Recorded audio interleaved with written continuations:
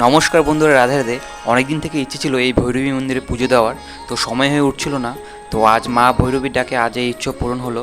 তো চলে এলাম দুই বন্ধু মিলে পুজো দিতে। বন্ধুরা, এই মন্দিরটির ব্যাপারে তোমাদের পরিচয় করে দিই। তোমরা যদি এই মন্দিরে আসতে চাও, অবশ্যই তোমাদের উত্তর দিনাজপুর রায়গঞ্জ থানার বিন্দল গ্রামে এই মন্দিরটি রয়েছে। বন্ধুরা, যারা উত্তর দিনাজপুরে বেড়াতে আসো, অবশ্যই এই প্রাচীন ভৈরবী মন্দির ঘুরে যেও।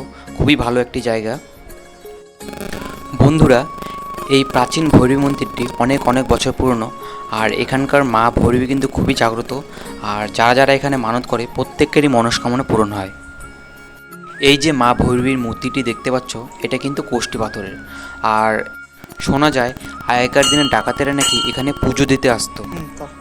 মা ভৈরবীকে পুজো দেওয়ার পর সামনে রয়েছে একটি শিব মন্দির, তো সেখানেও পুজো দিয়ে দিলাম। বন্ধুরা, ভিডিও যদি ভালো লাগে অবশ্যই একটা লাইক আর একটা কমেন্ট করে যেও।